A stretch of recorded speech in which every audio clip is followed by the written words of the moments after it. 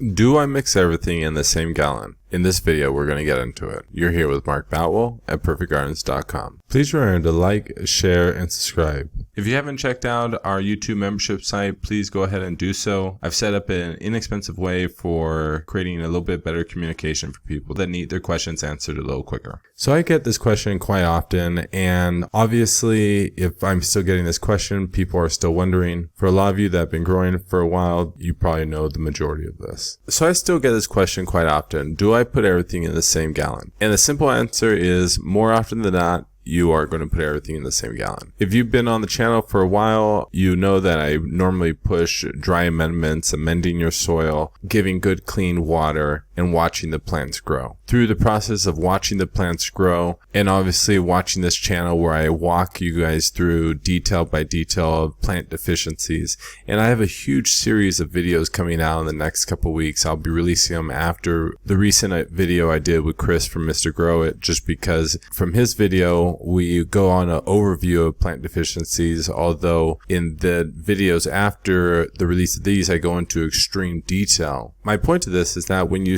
actually can identify actual issues with the plant, you're actually able to start to get more specific around the types of amendments you can use when you're going through veg or flowering. Just like this question right here from Potato Fry 123, can I use Calmag and Maxi Bloom in the same gallon? Obviously, right here he's using synthetic fertilizers, so in this situation I'm going to recommend him to use both at the same time, as long as he isn't past the 4th or 5th week into flowering. The reason why is because, like most of us know, these plants stop growing roughly around the 5th week into flowering. So calcium is an immobile nutrient. So what that means is calcium is going to be used as the plant is growing, right? It's meant for cell wall division and growth. So when the plant stops growing and stops producing new leaves, when the leaves stop growing from a smaller leaf to a larger leaf in a sense, I don't want to say like what's the point to calcium, because the plants still keep using calcium, but they dramatically reduce the need for calcium. As it goes into week 4 and 5 and further into flowering, I'd recommend something like langbonite, which is magnesium, sulfur, and potassium, which is in the form of soluble potash. Because as you get into more of like the law of tolerance and the law of minimum, you start to understand that higher amounts of calcium as you go farther into flowering actually can inhibit, and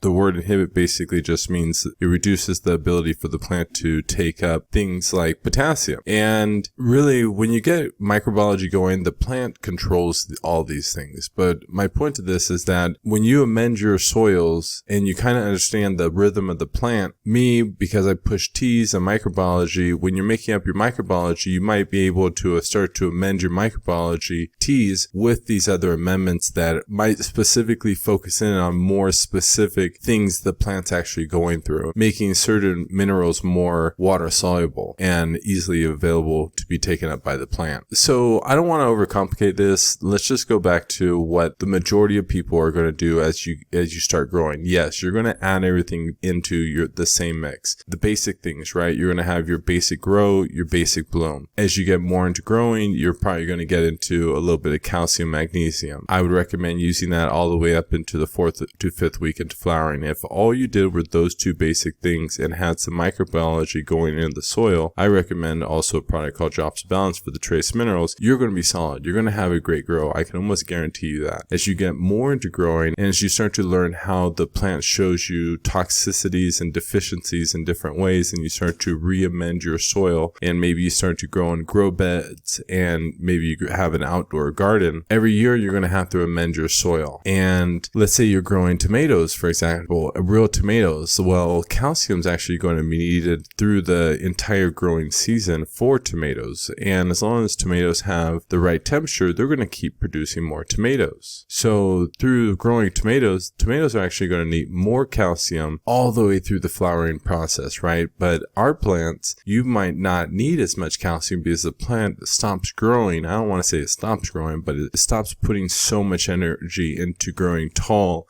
and wide and it doesn't go through as much cell division. That's why I'm always like not recommending to defan all the leaves and all this stuff, because that kind of also stimulates more leaf development because the plant needs a certain amount of photosynthesis to do its function. That's my thought process, at least. So it's going to then require more calcium when you then start to provide more calcium, if the plant needs it or starts to require it because it wants to put out more leaves through photosynthesis, and you start to provide that because you'll probably start to see some cal deficiencies or something. Well, you add that in later into flowering, well, it's going to actually hurt your actual flower development, because that higher calcium could be possibly reducing the uptake of other minerals more needed later into flowering. At times though, if you do see, let's say you're in veg and you do see a specific problem, like it's a magnesium issue, well, you might just grab your calcium magnesium bottle, make up a little bit amount, and actually just hand feed it to that one plant. Obviously, you don't want to dump on a whole gallon, because that's going to kind of throw off your watering for that one plant. If you jack up your humidity, that might start to cause bug problems or other issues. So once again, kind of getting further outside as you get more technical, if you're adding your bloom and then you throw in some calcium magnesium, but that ends up not being enough, yes, then get in there, add in a little bit more into your water. Make sure to not throw off your schedule too much, but make sure to provide what that plant needs if it's not going to take you too much time to do. Because if it does start to take you too much time to baby one plant, you might just want to get rid of that one plant, because that one plant is going to take away from your average yield you could get in your whole garden, because that average yield is always going to yield you more than the extremes of one or two plants. I hope this video was helpful. Please give me a thumbs up, like, share, and subscribe. Have a great grow, everyone.